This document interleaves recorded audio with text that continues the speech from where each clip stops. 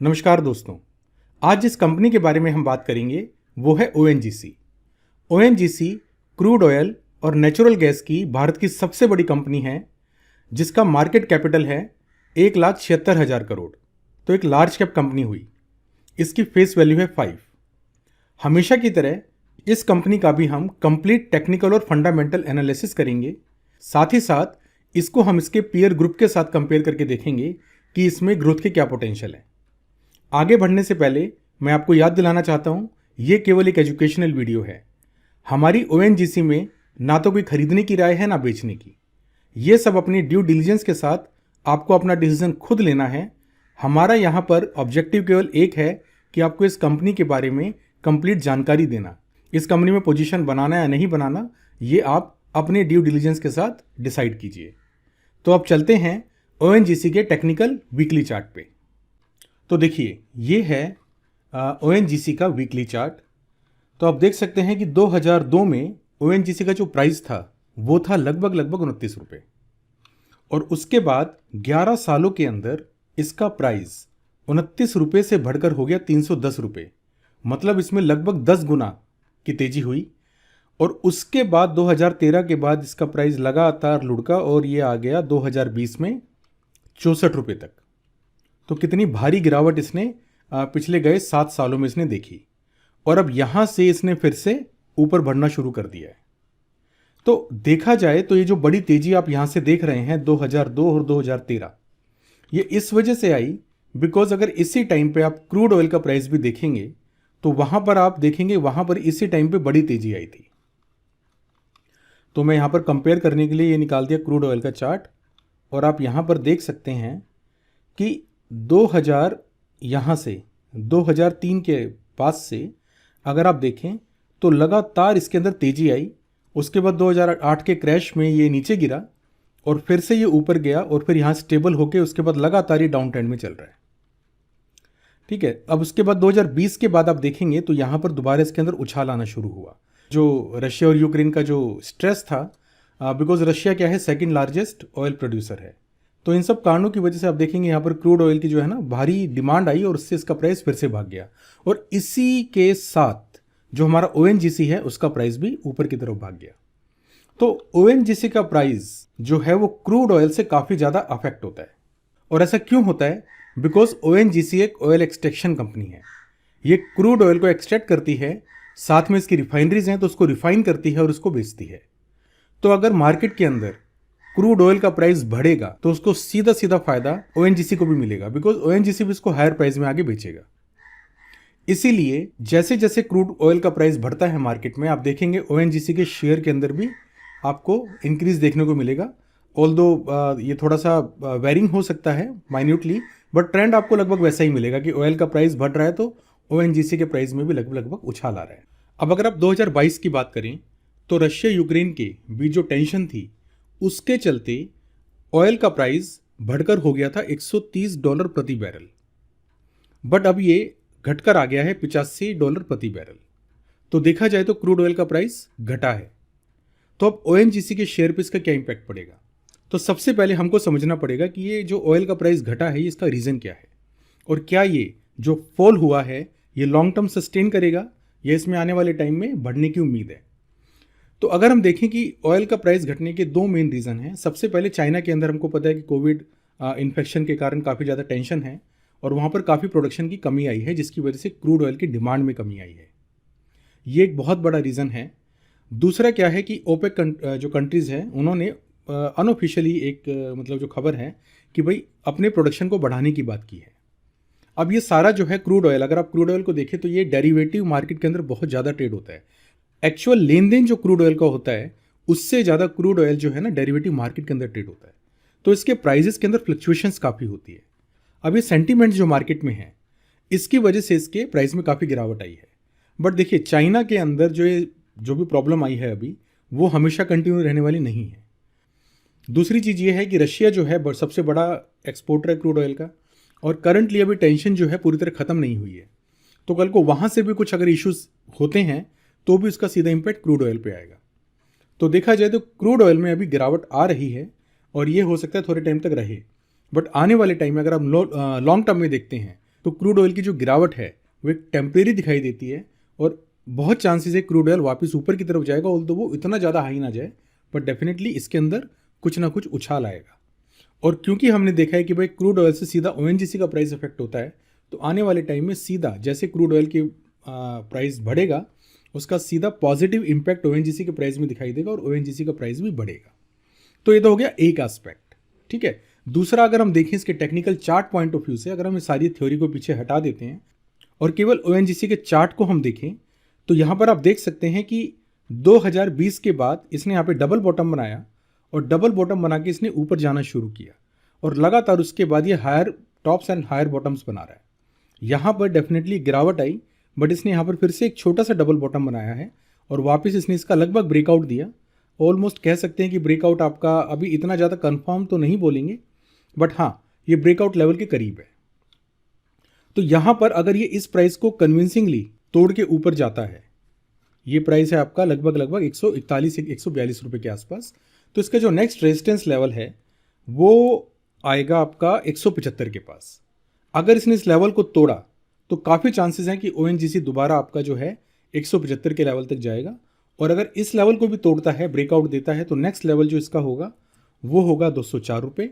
और अगर इसके ऊपर भी आप देखें तो उसके ऊपर जो नेक्स्ट रेजिस्टेंस दिखाई देता है वो है 229 रुपये। तो इस तरीके से आने वाले टाइम में ओएनजीसी के अंदर हम बढ़ोतरी देख सकते हैं। ये बढ़ोतरी जो है ये एकदम से नहीं आएगा कि भाई अगर आप सोचें कि भाई एकदम से बढ़ जाएगा, ये आएगा रुक रुक के, इसमें लगेगा टाइम। बट आने वाले टाइम में डेफिनेटली 204 रुपये का प्राइस तो एक ऐसा प्राइस है जो डेफिनेटली दिखाई देता है कि ओएनजीसी में देखने को मिलेगा। अब हम बात कर लेते हैं ओएनजीसी के फंडामेंटल्स की।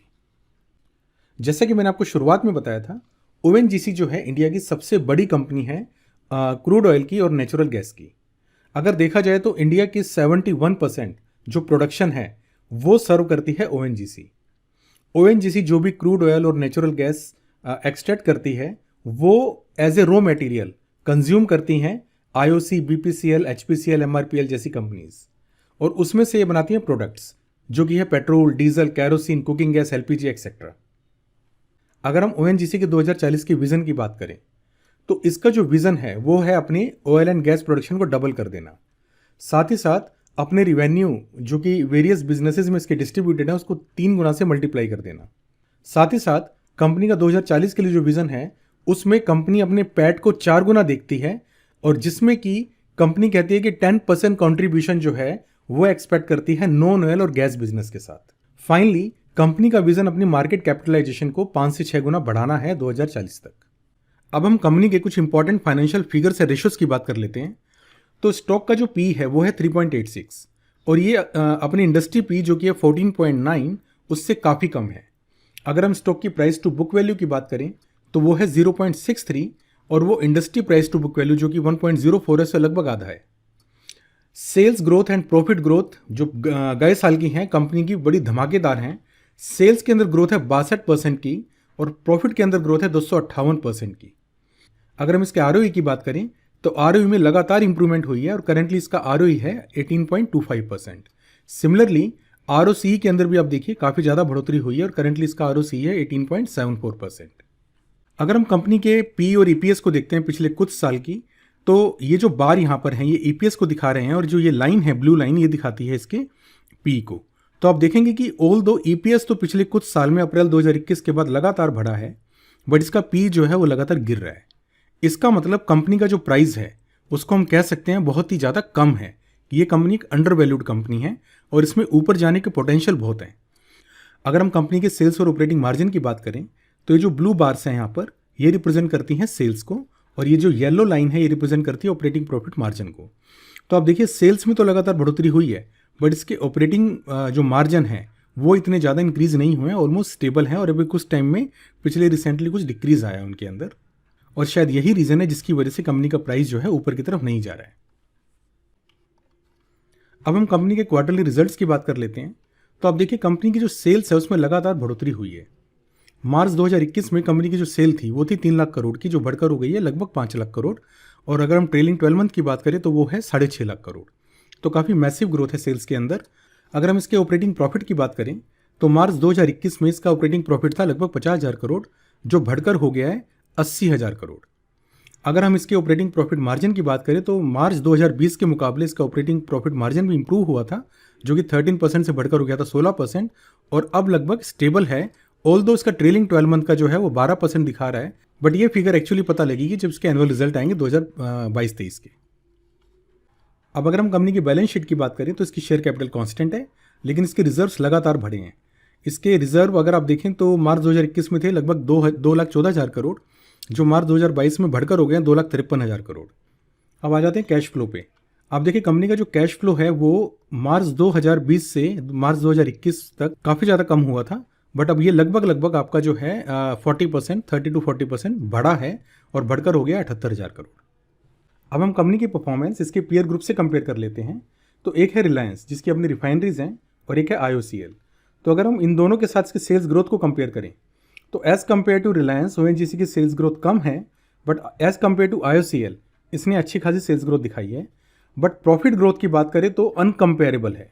रिलायंस की जो प्रॉफिट ग्रोथ है दैट इज़ ओनली 22.35%, और IOCL की तो बहुत ही कम है, that is 10.75%। But as compare to this to अगर हम ONGC की प्रॉफिट ग्रोथ की बात करें तो वो है 258%। सो इसमें कोई मुकाबला नहीं आता है। ONGC डेफिनेटली एक क्लियर कट विनर है और बड़ी ज़बरदस्त परफॉर्मेंस इसने दिखाई है। अगर हम ROE और ROCE की बात करें तो आप देखिए कंपनी का जो ROE और ROCE है वो लगातार बढ़ रहा है।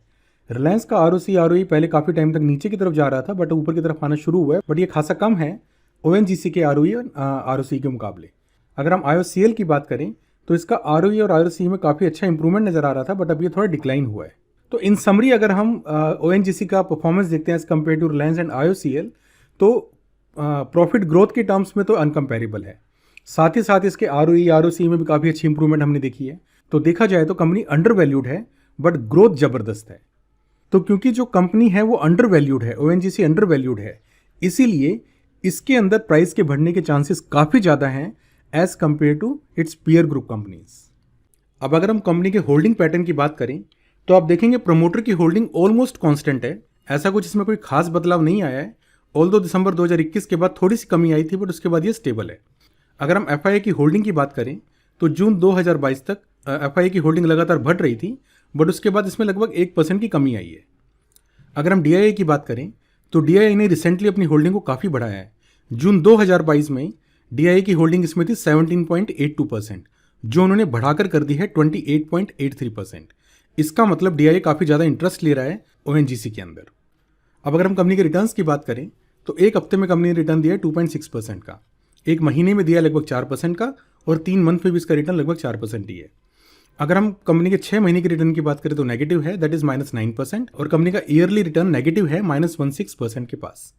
तो ऑलमोस्ट इसके प्राइस में कुछ ज़्यादा बदलाव नहीं आया है पिछले 1 साल में। अगर हम टेक्निकल इंडिकेटर्स और एनालिस्ट रेटिंग की बात करें तो दोनों का ही झुकाव जो है वो बाई की तरफ है। अब हम कंपनी के पोटेंशियल टारगेट्स की बात कर लेते हैं। कंपनी का जो प्राइस है 3 दिसंबर 2022 का जो क्लोजिंग प्राइस है वो है लगभग 140। कंपनी का 52 वीक्स हाई है 194.95 एंड कंपनी का 52 वीक्स लो है 119.85।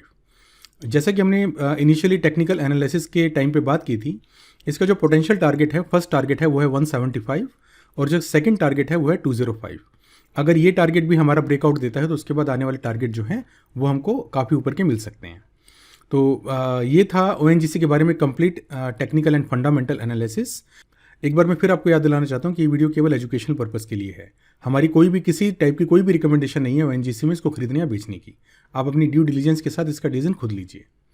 वीडियो थोड़ा बड़ा हो गया है, इसके लिए क्षमा कीजिए, बट इतनी डिटेल्स होती हैं कि उसको देने में थोड़ा टाइम लगता है, काफ़ी सारे एस्पेक्ट्स इसके होते हैं। तो मेरी कोशिश रहती है कि सब आपको सारी इन्फॉर्मेशन दी जाए, इसका पूरा 360 डिग्री आपको व्यू दिया जाए, जिससे आप अपने इसमें जो पोजीशन बनानी है, कैसे बनानी है, उसका डिसीजन अच्छे से ले पाएँ। अगर आपको वीडियो पसंद आए तो इसको लाइक एंड शेयर करना मत भूलिएगा। जल्दी ही फिर मिलते हैं ऐसे ही एक और बेहतरीन वीडियो के साथ। तब तक के लिए बाय बाय।